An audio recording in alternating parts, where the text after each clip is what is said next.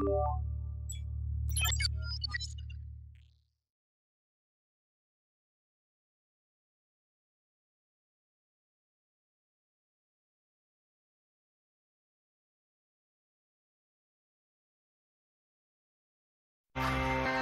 me to introduce you to the Yoshiwara Entertainment District.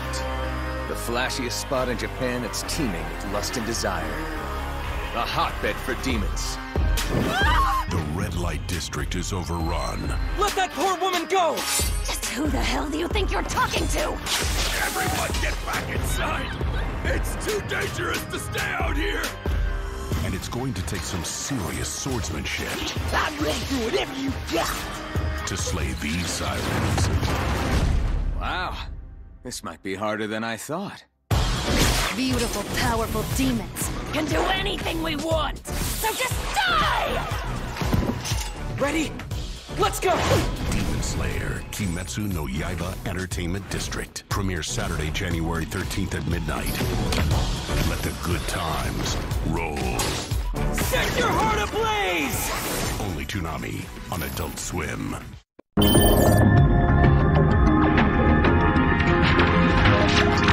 Hello everyone, and welcome to our year-end final episode of Toonami Therapy.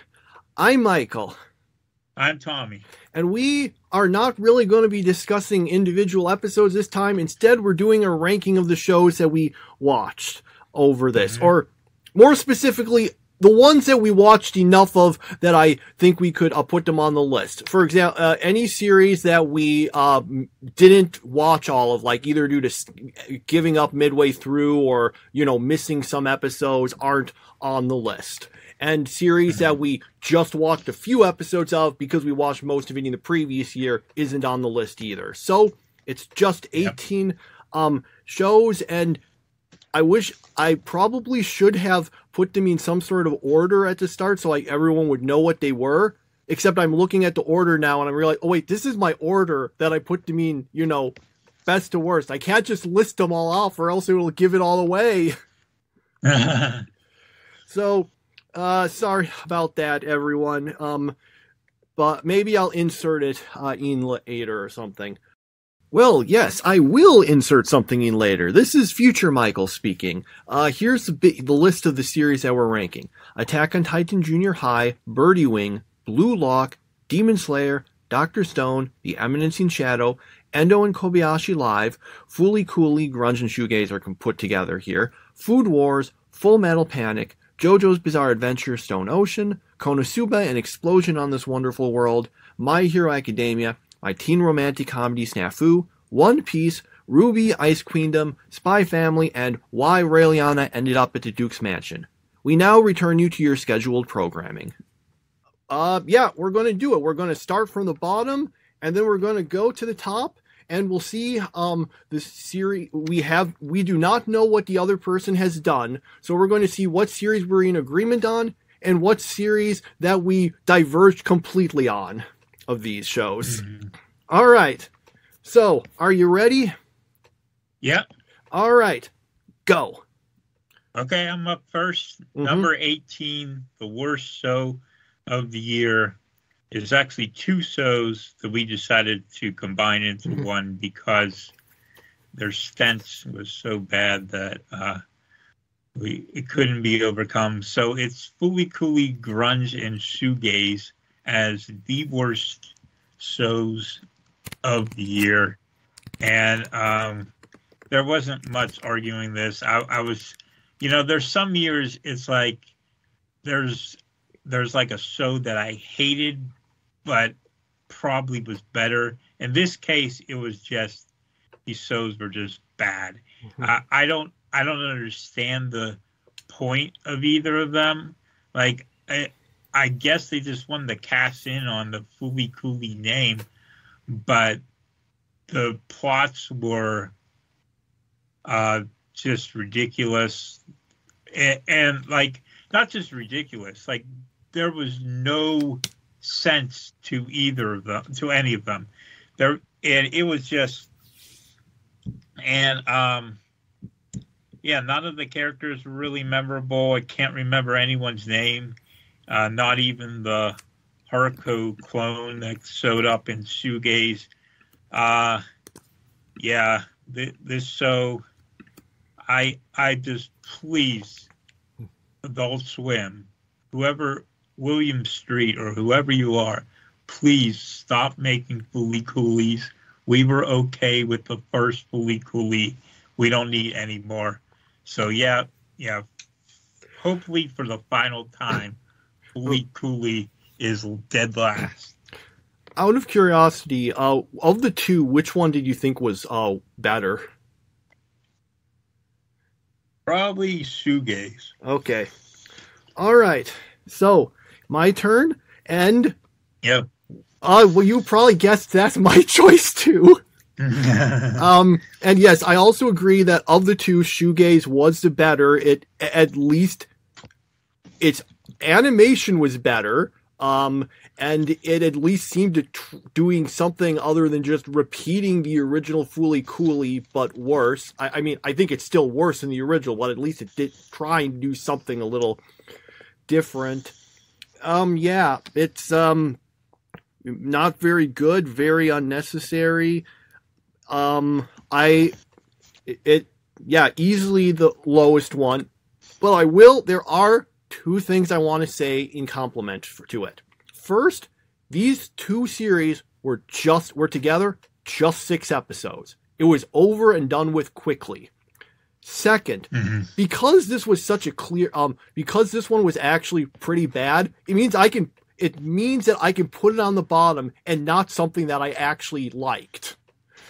Because if not for this one, pretty much everything above it is something I at least have some level of affection for. So having something that I can put in last place and actually say, yeah, this was not good, was beneficial when making my list. Other than that, yeah, you kind of said all of it. So, yep, that's it for me on number 18. Okay. So now we move on to the real stuff. Number 17 is where usually whenever I put things at the bottom, it's because there's something that made me angry at the show. And there's no difference here this year because number 17 is JoJo's Bizarre Adventure Stone Ocean. So why it got such a negative reaction from me is because it started out so good. It was flying around in just being a really good show. And then all of a sudden, about a third of the way into the season, the show completely changed. And then it changed again, and then it changed again. And every time it changed, it got worse and worse to the point where we get this bizarre finale. It is JoJo's Bizarre Adventure, so it should be bizarre. But this was it was bad. It made no sense. It wasn't entertaining. It was one of the worst endings to a show I've ever seen. And it made me angry about this show. So that's why I'm putting it down this low. If I averaged it out, it probably would have ended up probably quite a bit higher, but I just had such a bad taste in my mouth from the way it ended and the way the second half of the season went that I just couldn't put it anywhere but here. Okay, so for me, number 17, this one might be a little surprising that it ended up so low, but it's One Piece. And it's weird because I don't even, like I said, I don't exactly dislike it. I wouldn't go out of my way to watch it but as long as it's on, it's not something that I, just say, okay, let's get over it. Why is it so low? And it's just simply, there's so much padding. There's so much. You watch 2 episodes and it feels like you watched like 1 episode. Or no, at this point it feels like you watch 2 episodes and you watch 3/4 of an episode. it's gotten that extreme. It's weird that it's so low when I'd say that it's actually probably this year was probably better than the year before. We did like this stuff, at least in Dressrosa so far, is definitely more interesting than, all that stuff with the fish people. But everything's just padded out, and everything else just ended up being better. Yeah, I feel like I'm having to apologize for putting it this low. But ultimately, that's just where it ended up. And that's why, like I said, I'm kind of glad we had Fooly Cooly Grunge and Shoegaze, because it meant that I didn't have to put One Piece at the bottom.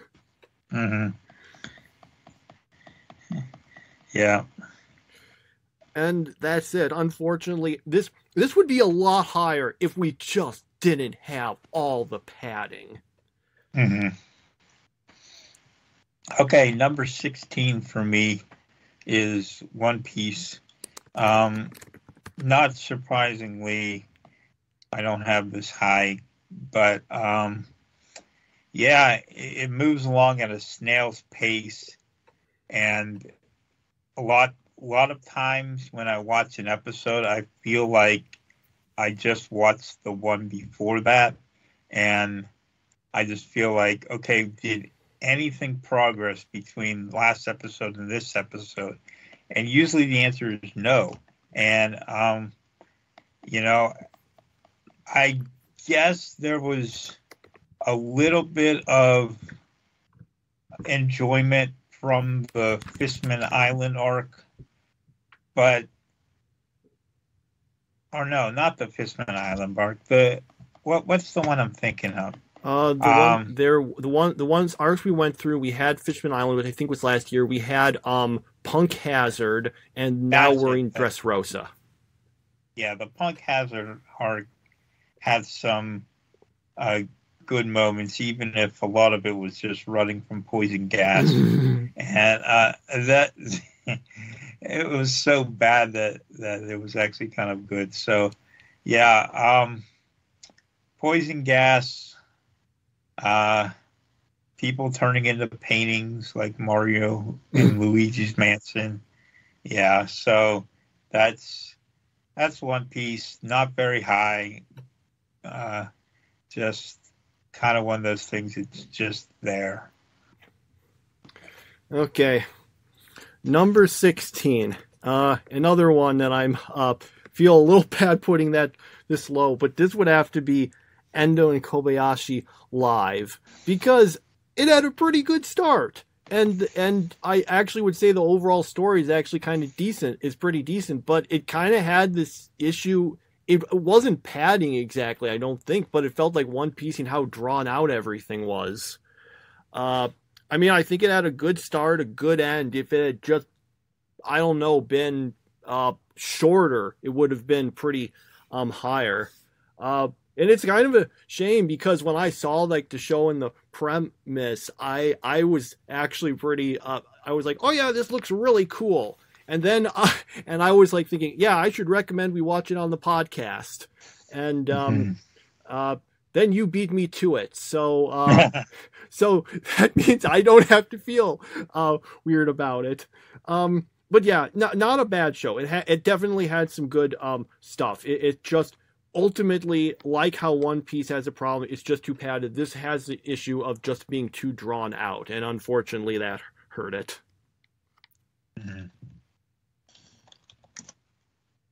Okay. I'm up. Yes. Number 15, My Hero Academia. And I think this show suffers a bit from the fact that I haven't watched it in so long. Maybe that helps it, though. Maybe I didn't like this as much as I have it up here, and maybe it's actually worse than this. But yeah, I thought some of the new storyline was pretty entertaining, but I've never really been able to get into this show. I don't know what it's missing, but it's missing something.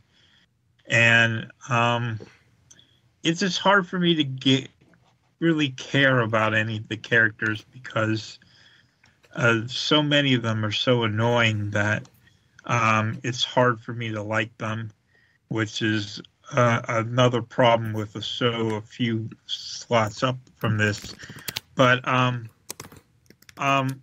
yeah, I won't say it was bad. It just wasn't all that memorable for me. Okay, so all right. Now we're on to I'm on to 15. Right? Yes, 15. Yeah. Okay. For 15 for me, that one would be Food Wars. I just didn't really find this season that interesting.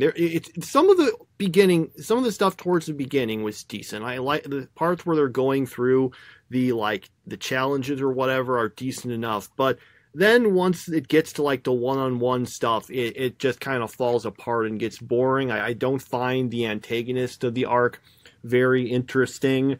It doesn't really feel like there was much purpose to this because everything seemed to wrap up so pretty well at the end of the last season. The only thing that I really was thinking, oh, we really need more resolution on this, is the fact the series kept like building up Megami like she was going to do some great stuff, and then she just didn't. But then this season didn't solve that either, and in fact, I would say actually might have made it worse. And I feel like, sure, she lost. The last thing she did in the previous season was lose, but at least it felt like she didn't completely job to the opponent like she did here. So, yeah, it's just a problem. That's basically the big problems. It feels like an unnecessary continuation, not as unnecessary as the Fooly Cooly sequels, but it did feel just unnecessary and kind of boring. I did like this a little more, I remember, than when I read it in the manga. I think they did switch a few things up that improved it a little, but unfortunately Food Wars ends up down here, which is kind of a shame for that to be the way it finished. Okay, number 14 is Demon Slayer. So not much really to say here. Demon Slayer had this new arc, and I can't figure out what made it so popular. I have a hard time with that because I just feel like now there's not really much to say about it. It's just kind of there, and the characters, I've never really been able to care about the characters that much, say for Nezuko, and even Nezuko I don't care for that much because she isn't given the opportunity to speak. So, yeah, it's just a hard show to get into. It is just not very interesting. So, yeah, I mean, it's not terrible, but it's kind of the same problem with My Hero Academia, is that I don't like many of the characters, and I just don't find it all that interesting. Okay, so number 14 for me. Well, this was so you know how there's like the thing, I don't know who came up with it, but someone suggested the idea of like, the 3-episode rule for an anime. Watch 3 episodes to check it out. This is a show that disproves it because it had 3 really great episodes, and then the rest of it was kind of meandering and not very good, which is Ruby Ice Queendom.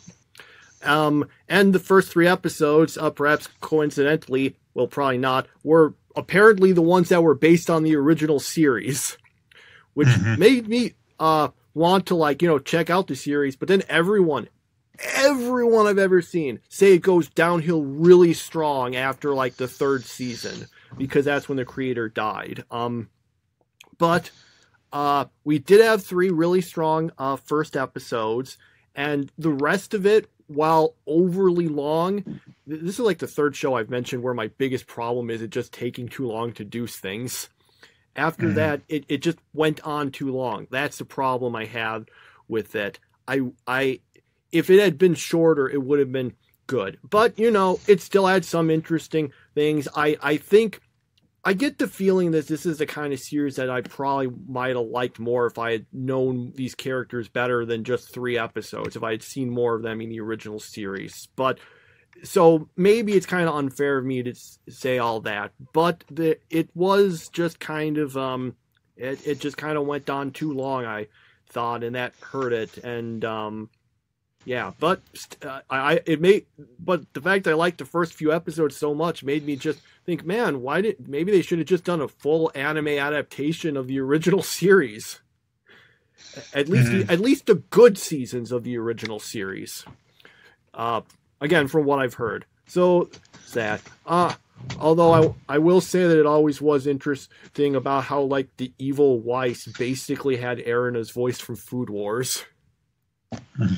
Remember that? Yeah. Okay. All right. And that's number 14 for me. Okay. All right. So my 14th rank is... Oh, that was 14. Yeah. 13, right? Yeah, 13. And I'm going with Dr. Stone here. Dr. Stone, obviously, it's hard to say, it's got so many good things about it, but my biggest problem, and let me get this over here. Okay. My biggest problem with Dr. Stone is that I find the good guys very difficult to cheer for, and thus it's very much like some cartoons when I was young where I was always rooting for the bad guys to win. This is kind of the same thing. Senku is always right about everything. He really comes off as a Mary Sue character. I just get sick of him always being correct about everything, and it really bothers me. And then you've got the guy who snaps his fingers, and that's pretty much all he does. The one good character is, I think his name is Gen, the mentalist guy, and he's probably the best character because he's often wrong. He makes mistakes. He's like a normal human being, which is refreshing. Which you shouldn't have to say that about a show that the main character is so just out of this world with how well he's able to make everything work in his own favor. He never has nothing ever bothers him, and it's and the show, though, why it's up this high is that the show itself isn't all that bad. It's got a good premise. It's got a good storyline. It does have lots of humor. It has some pretty good storylines, but I just hate Senku and most of the good guys so much that I have to put it down here. It could be better, but until they make Senku into a normal human being, it's going to stay down there. Okay, so that's where we've all right, that's where we leave off with that. So number 13 for me, it would be, and number 13 is where, yeah, you said 13. That would be 13. Yeah. That would be Full Metal Panic. And this is a series where, and this actually describes a bunch of the series that are going up, word, is that it's got some parts I do really like, and then some parts I don't really like. Usually when it's being more lighthearted and fun, it's pretty good. But then a lot of times when it goes for the more serious like episode arcs, it usually kind of falls a bit flat. Like there's that, especially week 1 where Sosuke goes, that's his name, right? Yeah. Okay. I knew that was, I just was thinking, is that it? Okay. It's one of those ones where I know it, but I just second guess myself. That part was pretty weak. I think but some of those parts were better, but ultimately I just kind of find it a bit uneven.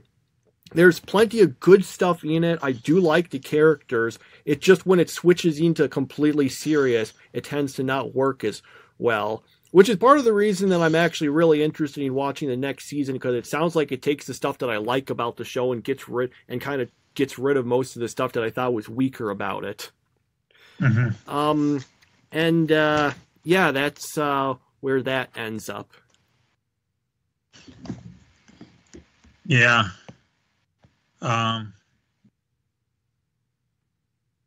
Oh, okay. Let's see, number 12, that's where I'm at. Okay. Yeah, 12 is where I rank Ruby Ice Queendom. And the problem with this show is mainly the main character, Ruby. She's very annoying, and it had some potential to it, especially with Weiss, and then I don't see what Blake and Yang even provide to the show. It's kind of just Ruby and Weiss, and those two kind of, it's I mean, at least Blake had some things. Yang just kind of didn't have any purpose at all to this show. It could be a lot better,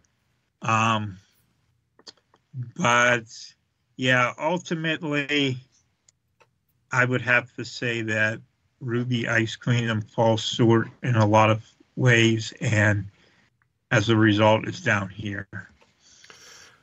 Okay. Number 12 for me. Yet another of the shows where at the end of it I was enjoying it, but I still have to knock off points for it kind of having a weaker start. That would have been my teen romantic comedy Snafu.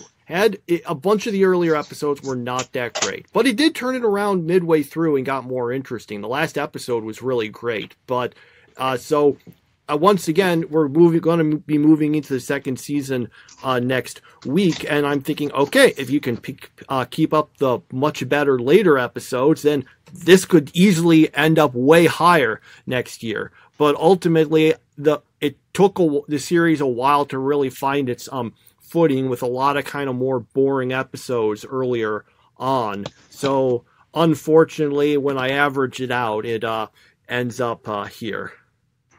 Mm-hmm. Okay, so far it's shaking up like we have our biggest disagreements we've ever had. Oh, wow.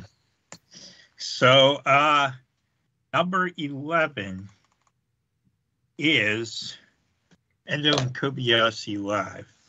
So, a good premise, and, I'm thinking, okay, this Lie Latte girl, she's going to be the next Erina.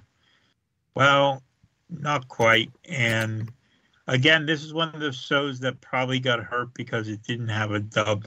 And I'm very partial to dubs. I have a hard time staying attention to something which makes me read. So, yeah, Endo Kobayashi, I just feel like they didn't do enough with the concept of the character hearing all the stuff that was going on, and I thought there would be more to that, but ultimately it got into this whole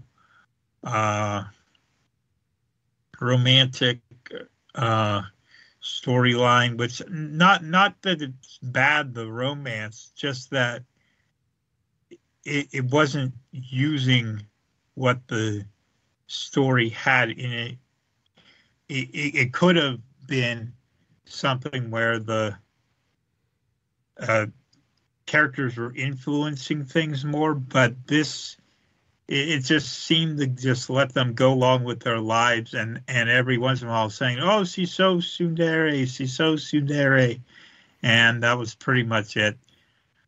This is actually the last of the shows on my list this year that I feel negative about. The top 10 I feel pretty positive about. So, Endo Kobayashi Live number 11. I honestly kind of feel like I felt positive about my top 17. It's just a matter of how positive. All right, so that number 11 for me. That one is Demon Slayer. I think one of the reasons I liked it more than you was the fact that I had seen the full first season, so I had a bit more investment in the characters. At the same time, it does some like there's some good stuff in it. The action's good. There's a bunch of some of the comedies good, but it does have some of the same weaknesses I've kind of described. On the whole, it kind of felt a little unnecessary, and it's got a really weird ending. But there was enough good stuff in it for it to end up here. I wonder if I do think once again it just works better as a movie. I might have knocked it up one or two slots if I had reviewed it on that, but I tried to think of how I saw it as a TV show. So yeah, there's some good stuff and there's some not good stuff, which is kind of the recurring theme for a bunch of these ones. But sometimes just having some pretty good action is enough to get you a bit higher. Mm-hmm. Okay, so my 10th show here is Attack on Titan Junior High.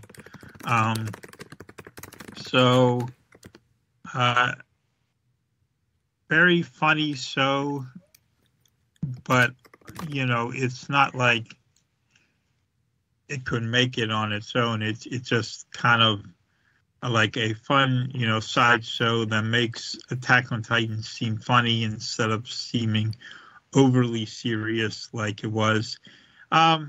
It's just very lighthearted and has some good jokes. It can't be much higher on here because ultimately there isn't really much plot there, but it's not supposed to be. So, that's the, it does what it's supposed to do pretty well. And as a result, I have it in my top 10. All right.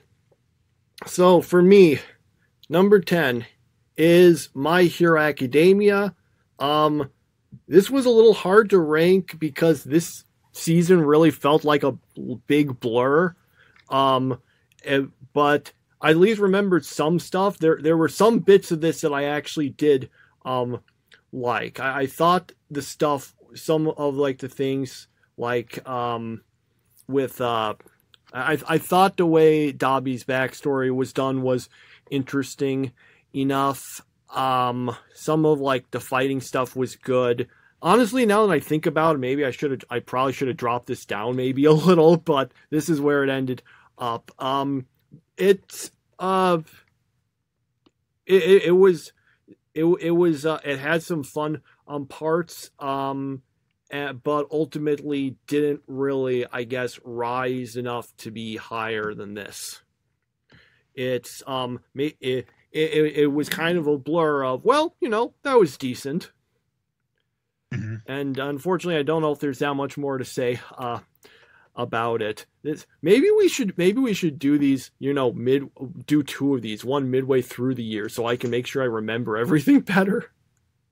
Yeah, it's not a bad idea, actually. Have to think about that. Yeah. So number 9, I'm upset that I had to put this low, but it is Birdie Wing. Birdie Wing was one of my favorite shows. I loved so much about it. And then that ending was just so depressing. It was like it wasn't really the final episode that was depressing. It was like the final 3 or 4 episodes that were very depressing. Plus this whole contrived illness that the main character had, that Allie, she got this illness out of nowhere. It just seemed like they needed something to speed up the plot, so then they just put that in there. I love the characters in this show. I love so much about this show. We didn't have all that much of the underground Mafia Gulf stuff that we had in the first season, but I really like Birdie Wing, have very good memories of it. I just wish it would have ended better. Okay. So yeah, now it's my turn. On to number 9. So that one would be Konosuba, An Explosion on This Wonderful World, the spinoff about Megumin, which, it had a lot of the kind of humor you'd see in Konosuba, in the good way and the not so good way. But there were some funny jokes in here, but there were, of course, it's Konosuba, so you gotta have all the annoying fan service stuff in it. But I do think it was not quite as good as regular Konosuba, although I don't think it had any episodes that I disliked as much as that weird dream one from the first season. But on the whole, I guess the basic problem is that Megumin isn't really enough to completely sustain the show for as long as it went on. But there were fun jokes. We did get some information about a bit more about her backstory and such. And hey, season 3 is coming next year in April. Yeah. This is something I never expected would happen, but I actually have Konosuba ahead of you, even with Megumin as the main character. Number 8 is where I have Konosuba for this part. And by the end of the show, I found myself liking Megumin, and I was really surprised because I always thought she was the inferior character. Maybe she is, but by the end of this episode, it was just I found her to be actually pretty likable, and maybe she can't sustain a show on her own. Maybe you need all 4 of them to do that. But there was just a lot of really good stuff about the show, and I feel like it improved my opinion of Konosuba more. And maybe that's because it wasn't forcing down this relationship between Megumin and Kazuma that I don't think really should exist. But that's for season 3 to suffer with. If season 3 tries pushing that down my throat, I'm going to be upset. But for now, number 8, very good season, Konosuba. Megumin is a lot better than I thought she was. So for me, number 8, JoJo's Bizarre Adventure Stone Ocean. So you complained about the ending, and yeah, I agree the ending wasn't very great, but it did not hurt the show as much for me as it did for you.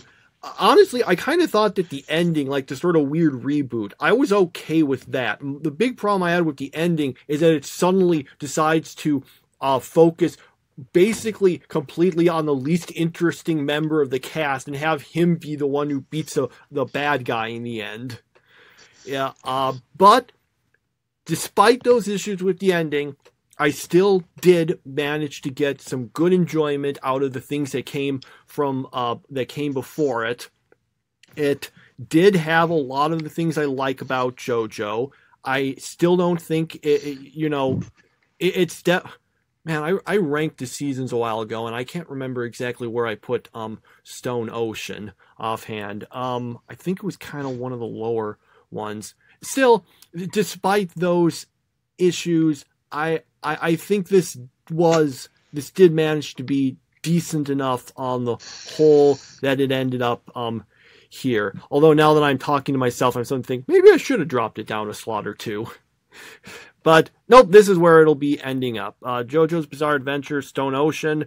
Despite the problems of the ending, I still enjoyed it enough. I just hope that I have heard very good things about the next part of JoJo. Hopefully it will manage to take the good stuff of the series and kind of discard the not so good things. Like the fact I don't think the supporting cast was as good as in some previous seasons. I already complained about them having what was his name? I can't remember his name, but the kid, the one the least interesting member of the cast, being the one to beat the bad guy, all that stuff. So yeah, that's where it ends up here. Mm-hmm. Okay, so we come to number 7, and this is one where I had to go back on my anime list and change the rating I had for it because I had this as a 9. I had to change it back to an 8, which was Full Metal Panic. I really felt like whenever I first watched it, it was really good, and I watched it again, and the age of it kind of showed. And yeah, it had some problems to it, which were that a lot of the stuff that didn't have to do with either with one of the 3 main characters just was kind of boring. So it wasn't as good as I remember it being. However, I still think it is pretty good, and I still really like the series. It wasn't nearly as fun as I remember it being, but yeah, I'm glad I got to rewatch it. So yeah, I like it, and I hope to see more. Okay, so after that, for number 7, Dr. Stone. This was a series that once again, I really like. It's a kind of a split in how much I liked it. Once they left on the boat, I thought everything was pretty good. I liked the episode starting there and going to the end. But the opening stuff for a while was kind of slow paced, so I wasn't huge on it. But I did like it. I think I like the characters a lot more than you do, although I will admit, yeah, Senku does kind of have a problem with being right too often. Mm-hmm. Yeah, I'm glad in this season we are getting some information about the petrification. Not like a huge amount. All we've really learned so far is, okay, this thing causes it, and this is how you activate it. Sorry. But yeah, I thought it was pretty enjoyable. It was, the usual sort of fun stuff of Dr. Stone. It gets knocked down a little because of that weak beginning, fortunately, but otherwise was pretty enjoyable. Mm-hmm.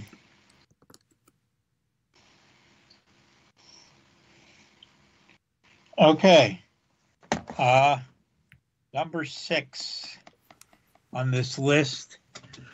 This is kind of difficult because it was so long ago since I last saw this, but it's Blue Lock. And Blue Lock was one of my favorite shows of the early year. In fact, I was thinking, wow, is this show going to end up number 1 in my points race? Well, we didn't have enough episodes of it for it to rank that high. Ended up 5th place. Blue Lock had a very interesting premise. Yes, there's a lot of things about it that don't make any sense, like why it is all that important for these players to win. Like, it just feels like they it feels a little over the top at times, but there's a lot of good characters. There's some really funny things, and it's pretty high quality. So yeah, 6th place, Blue Lock. 6th place for me. Well, yeah, it is well, it's a sports anime, but for me, it's Birdie Wing. I kind of feel like it's similar to. First I enjoyed it. Yeah, we didn't have quite as much of the ridiculous stuff that made the series work, but I still remember enjoying it for the most part. Which is actually, it's a little weird that I say that. I'm pretty sure this is probably higher than I ranked it for the original season, but there might have been more good stuff back then.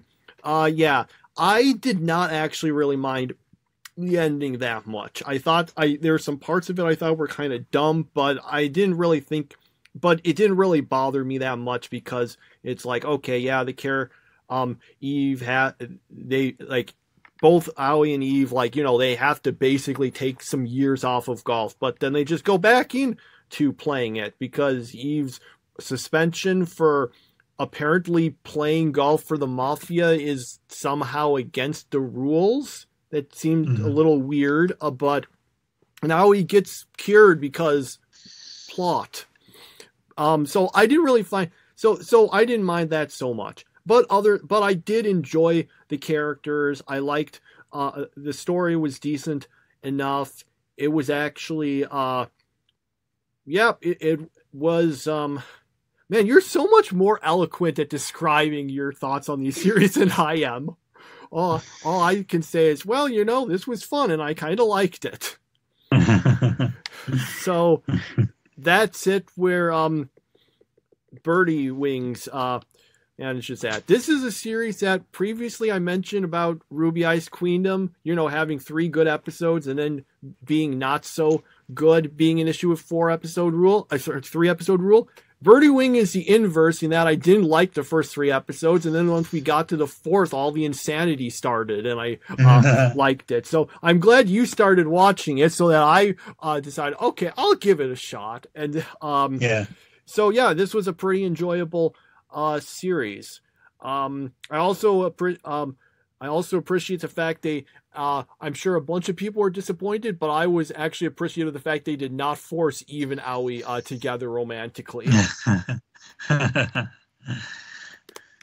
That's what everyone I saw online wanted. All the fans of Birdie Wing were so desperate for that, and they never got it. So, yeah, that's disappointing for them. Not for me. Yeah, for me, it didn't matter to me either way.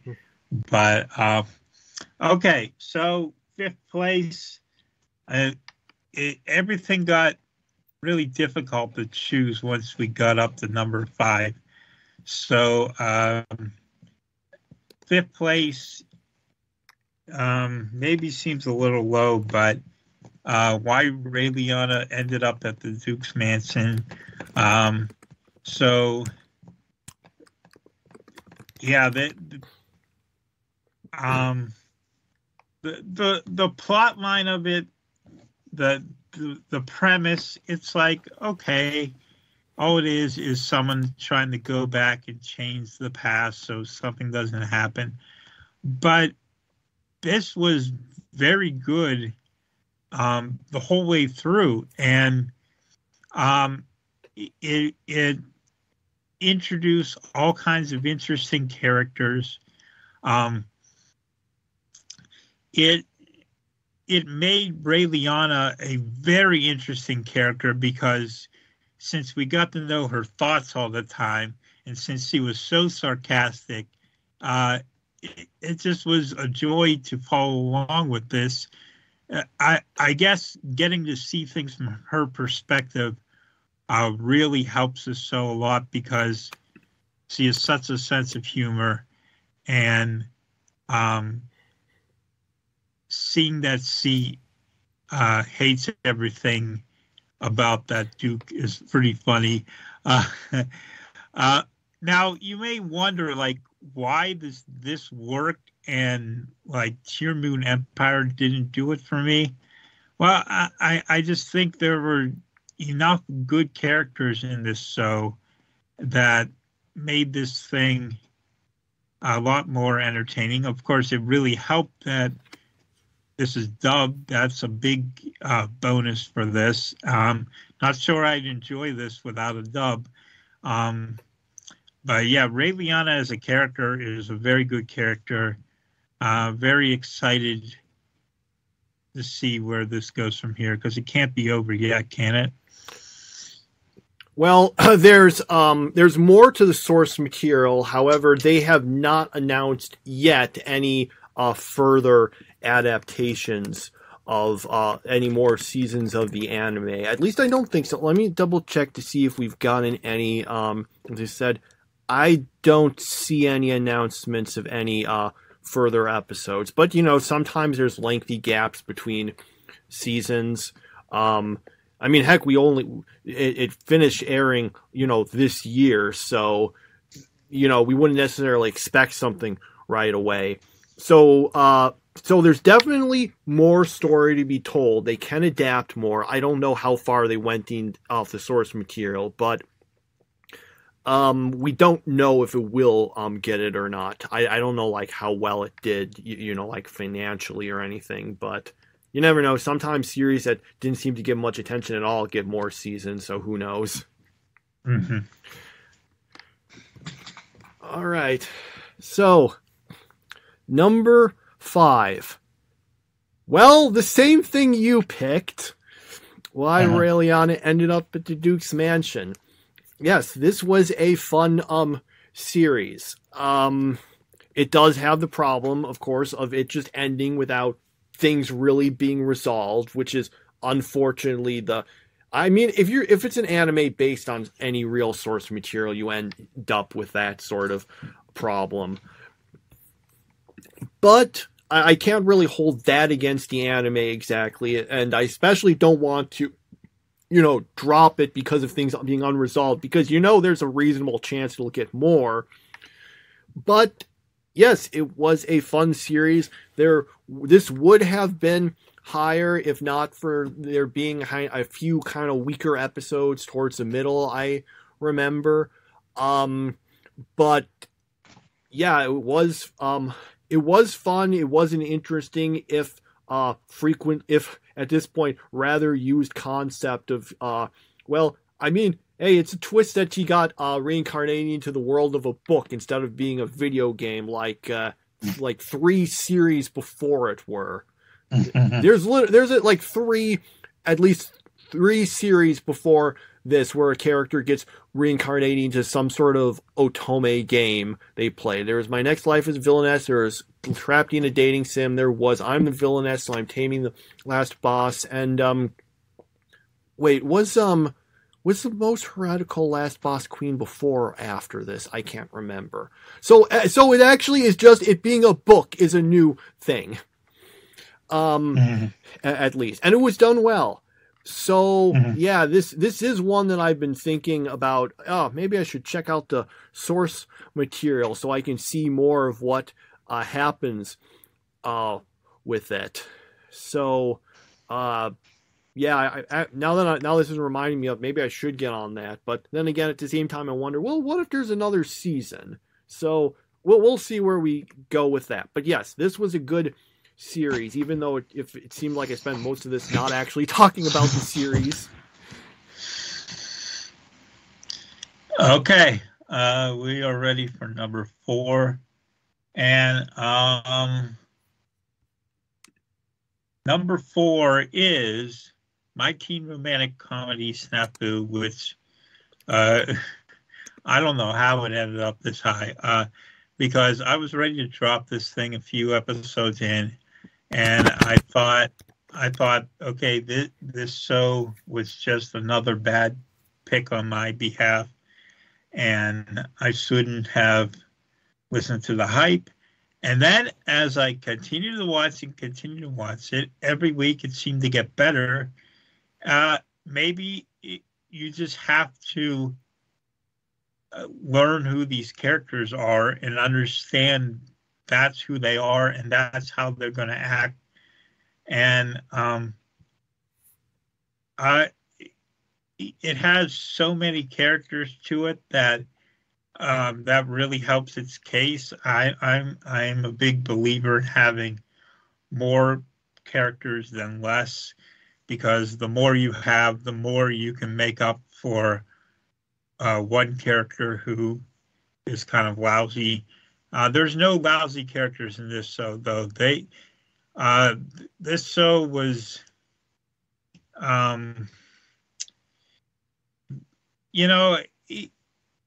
while it sometimes didn't make much sense, or the characters were saying things that didn't make much sense, at the end, it would always seem to even out. And this show just surprised me on a lot of ways. And it went from being something I thought I'd drop halfway through to something now that I can't wait to see the next season of. And obviously there's at least 2 more seasons of it beyond the first. In case you're wondering, yes, that is we just watched the first season. We did not watch seasons 2 or 3 yet. So yeah, my teen romantic comedy Snafu, the surprise of the year, definitely. All right. Number 4 for me. This one is a series I probably wouldn't have checked out if you hadn't suggested it. And actually, by saying that, I just gave away what it was. But I'm glad you did, because number 4 is The Eminence Shadow. Yeah, it's the series. There's some parts of it that I didn't like and I kind of complained about. I still don't really care too much about the characters in Shadow Garden and the fan service jokes, which rubbed me the wrong way a lot of the time. But the rest of the show is good enough that it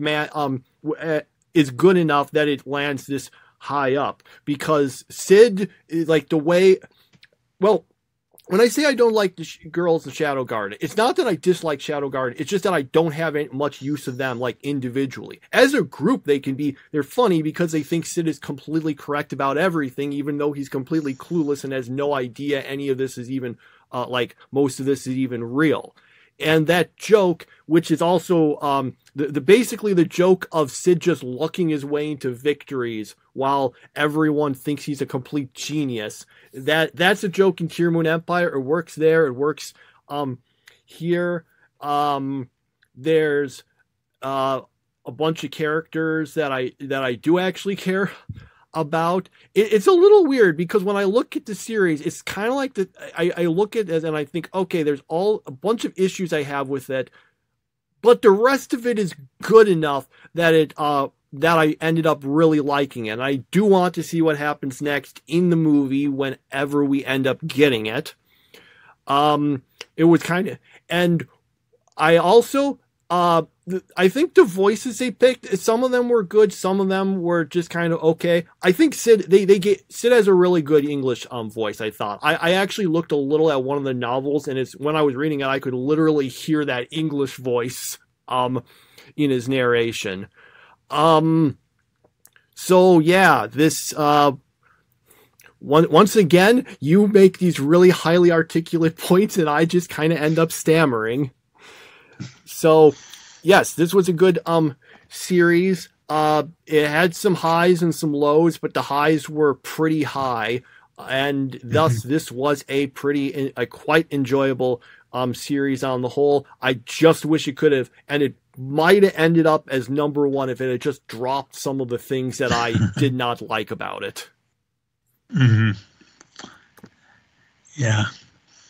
Okay. It's funny that I put this as number 4, and it feels like I spend most of my time talking about not liking it, but I did like it. It's you just see where I put it. Mm-hmm. Number 3 is Spy Family. Yeah, everything about this show is good. Great characters, great plot line, great premise, and but what puts this show over the top is the 3 lies going on at the same time. You've got Lloyd lying, or Twilight, or whatever his real name is. You've got Yor lying, and you've got Anya lying, and everyone's lying all the time, as they showed in our most recent episode. And all that lying leads into a very interesting show because everyone's trying to keep their hand and not reveal what their hand is. It's very, in fact, it's kind of surprising how this is a lot like Kaguya-sama in a way. Everyone's always lying, and it's a good thing. It works. It makes the show very intriguing because you keep on thinking, okay, they're going to spill the beans here, but it doesn't happen. And it just keeps on going on and on like that, and it's made it into a second season. And yeah, that there's just so much good about Spy Family.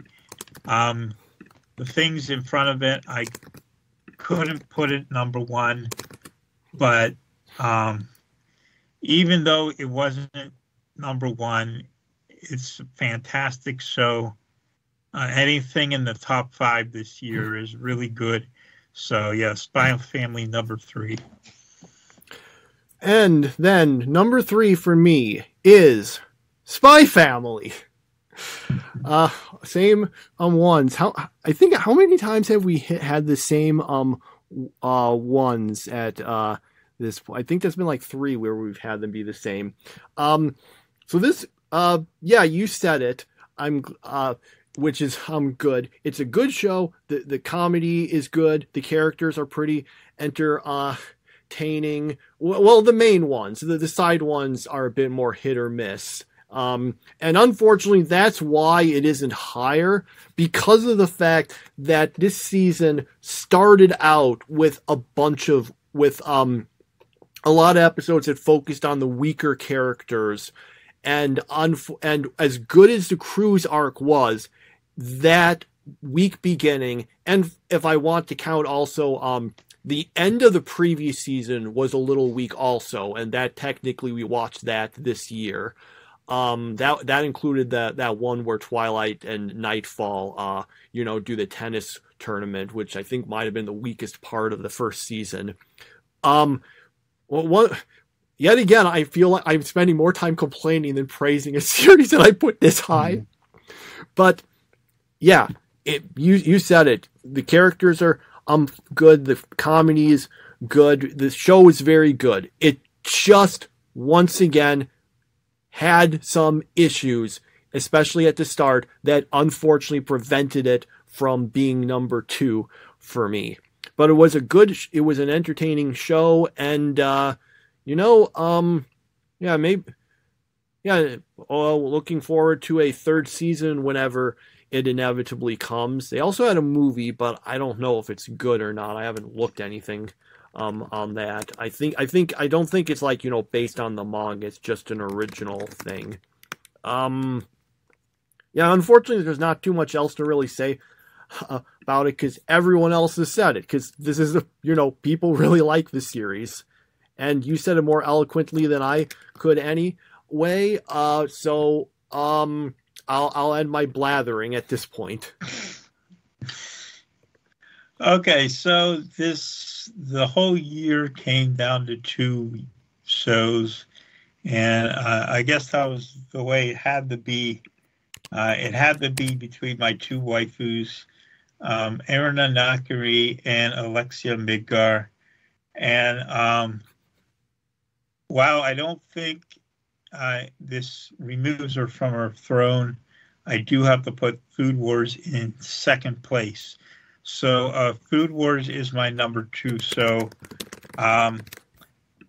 yeah, surprisingly, even though this was supposedly an inferior season, I found out that the worst of Food Wars is a lot better than the best of almost everything else. And there were some problems with it, but I thought that they did a good job at redeeming Erina's father and her mother and everything with that. It was very good that they were able to get some of the more minor characters just a little bit of time.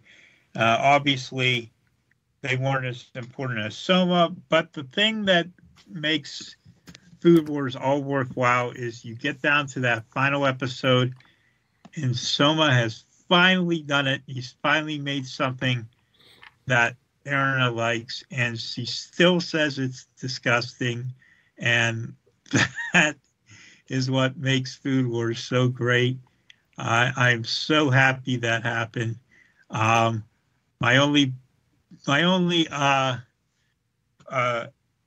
thing I was disappointed with this series was that we didn't get to see Erina and Soma make babies at the end. But aside from that, I thought this was this whole show, the whole series is one of my favorite ever, and that's why it's number 2 here. Okay, so on to my top 2. When I so looking at the ones below these, all the ones below these were ones where I keep the ones immediately below these were ones where I say, oh, it was really good, except for this thing that made it not be better. And the top 2 were ones that didn't really have anything that I had I would actually say I disliked, but there was one that definitely had, I guess, stuff that I didn't like as much as the other. There being some episodes I could point to and say, yeah, that was, maybe not the greatest, which is not really the case for the one that got in first place.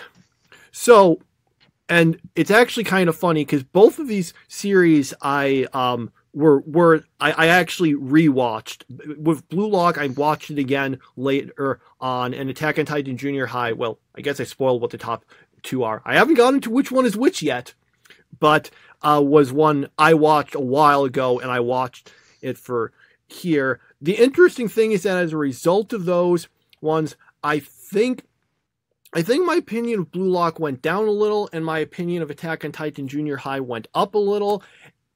But Attack on Titan Junior High still lands in second place because, once again, there were some episodes of these I thought, those were kind of a bit weak. But there weren't any episodes of Blue Lock I would look at and say, yeah, that wasn't that great of an episode. So, Attack on Titan Junior High. Maybe one of the reasons this got so endeared to me was because I recently rewatched a bunch of Attack on Titan, and having a series just make fun of it to such an extent was very entertaining. I liked all the way the characters are parodies of their originals, and also, honestly, it is kind of nice to know that there's this weird, wacky continuity where things actually turned out decently for all of them. Mm-hmm. So yeah, that was Attack on Titan Junior High. In second place, for me, I know a bunch of people don't really like it, but I just thought it was really funny and quite good. I think it worked especially well because I had recently rewatched a bunch of Attack on Titan, and this was which made me get a bunch more of the jokes in this series. Mm-hmm. Okay, and I'll of course wait until the end to give a more in-depth thing on my top pick, but it's your turn now. Okay, so number one show of the year is The Eminence in Shadow.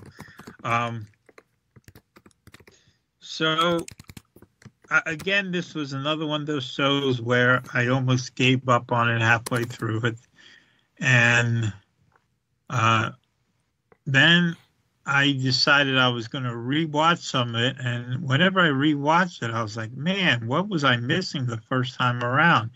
And it turned out that I just mustn't have paid close enough attention to it because all the stuff that I thought was mediocre was actually really good. And I ended up falling in love with the show, fell in love with Alexia. I don't know why she had to disappear for season 2, but, that's a problem we can get to by the next time it appears on a screen. We will be able to find out, hopefully, why that's the case. But, The Eminence in Shadow has a great main character, very easy to like, very much like Soma. That was just kind of, it's funny how enjoyable a show is just because its main character is likable. That's the reason why Dr. Stone is down there in 13th place and this show's up here. And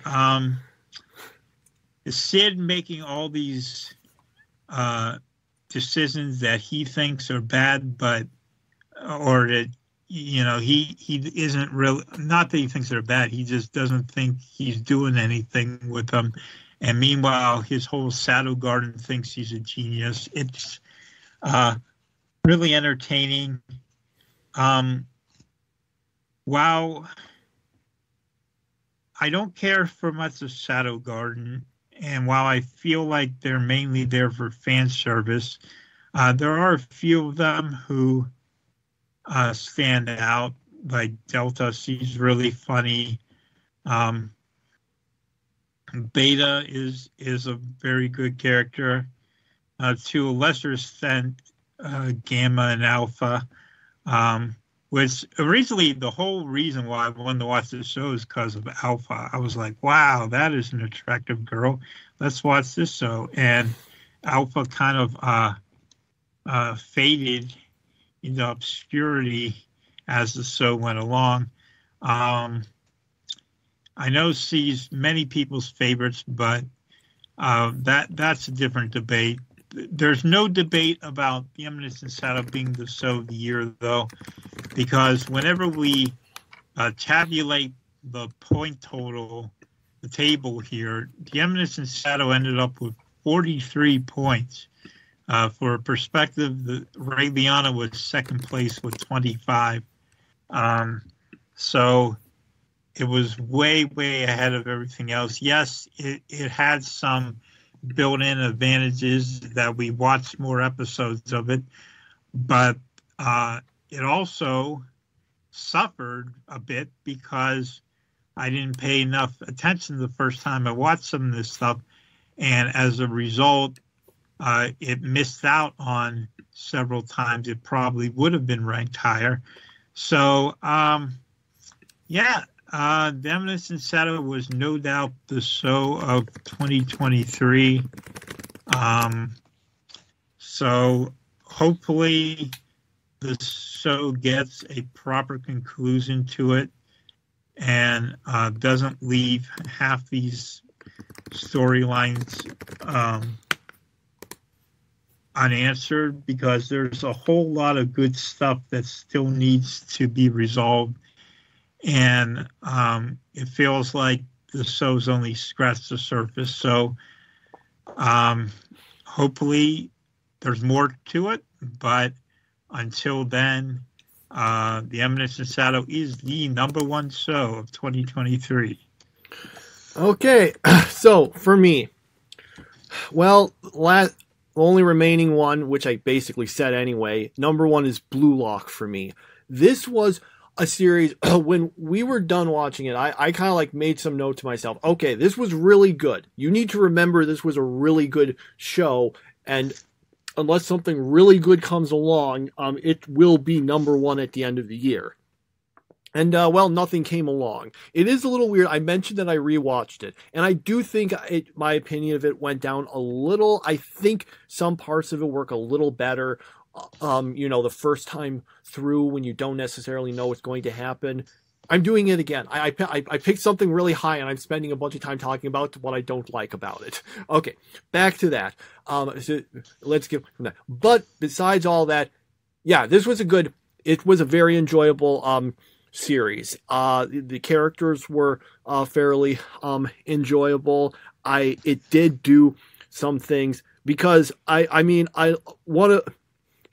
It definitely its twists on the rules and such made, I think, made the games more interesting. It wasn't just a bunch of regular soccer games. It was soccer, except we have to add all these extra things. I especially liked the part where, there are like only teams of like 3 versus 3 or 2 versus 2, and, winning team gets to pick someone from the other team to be on their team.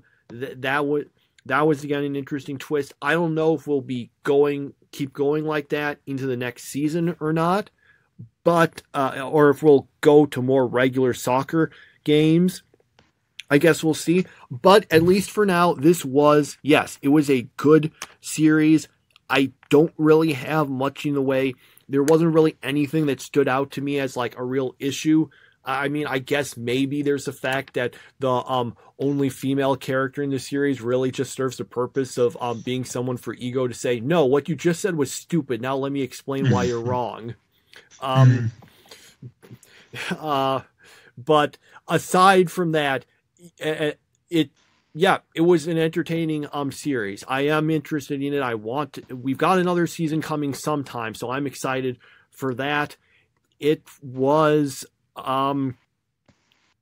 it was just good. There were some good jokes. Yeah, that's another thing. There's some pretty funny jokes in this series. A bunch of the character quirks are entertaining. It does, I guess if I want to criticize things, I would say it does have the problem what some series have, in that the main character is probably less interesting than most of the people around him. But again, even Isagi's still decent, and the rest of the cast is pretty fun. I can overlook how little sense much of the premise makes, because it's just executed well. It is a fun sports series, even if it, as I once saw someone say, it's basically a soccer series by a person who seems to hate soccer. And therefore, it does end up #1 at the top for me. And that's it for this year. You got to hear our top ones. You got to hear my co-host eloquently explain his opinions while I just kind of babbled my way through them. Or at least that's how it felt to me. So I have been keeping track of where our scores were. Just what happens if we average out our scores to see what the order is. The audience might have heard like a bunch of clicking or typing in the background. That was me trying to make notes on that. So, want to hear them from highest to lowest in average? Yeah, let's go. Okay, so Number 1 is The Eminence in Shadow. Number 2 is Spy Family. Number 3 is Blue Lock. Number 4 is Why Raeliana Ended Up at the Duke's Mansion. 5 is Attack on Titan Junior High. 6 is Birdie Wing. 7 is My Teen Romantic Comedy Snafu. Tied for 8 and 9 are Konosuba and Food Wars. Then tied for 10 and 11 are Dr. Stone and Full Metal Panic. Tied for 12, 13, and 14 are My Hero Academia, Demon Slayer, and JoJo. Then 15 is Ruby Ice Queendom. 16 is Endo and Kobayashi Live. 17 is One Piece. And 18, last place. Well, we both put him in last place, so of course it's going to be Fully Coolly, grunge and shoegaze. Mm-hmm. And that ends it for the year. That's our ranking. Hopefully it was entertaining, and yeah, I have nothing else to say about that. Hopefully it was entertaining, or at least wasn't not entertaining. Okay, anything else to say before we awkwardly shuffle off for the rest of the year? No, it's just my waifu remains Aaron Anakari. Sorry, Alexia. I had someone very generously buy me an Aaron Anakari figure for Christmas. So someone who I don't even know. So that was a joy to find under my tree this Christmas. So unfortunately, I don't think we're ever going to see Food Wars again, but it has to be one of my all-time favorite shows. So yeah. We might. I mean, there's always a possibility maybe the author will come back with like some one-shot sequel or something, but it probably won't get animated. They did have a sequel manga called Tenmaku Cinema, but it didn't last very long. It got canceled because it was very popular. It definitely was worse than Food Wars, I can say that. So yeah, that's our top list. We'll see how we end up, where they end up next year, especially because some of the series that we ranked here are continuing on. Will they do better? Will they do worse? I don't know. We'll find out if we're still doing this podcast in a year. Hopefully, yes. Hopefully. And with that, I think there's nothing else to say. I'm just trying to think if there's some really great way to conclude this, because it's the last one of the year. Well, I don't know. We'll try to do better next time. Yeah, there is one last thing to say, actually. Okay. Bye. That's it. The votes are in. Time to watch Cartoon Network on New Year's Eve to see who's the greatest villain of them all. From midnight to 4 a.m., bring the party. Make your New Year's evil. That's it. The votes have been counted. The greatest villain of them all, Majin Buu. I'm so excited! Let's get this party started with a vengeance. A night of New Year's evil is next. Only Toonami.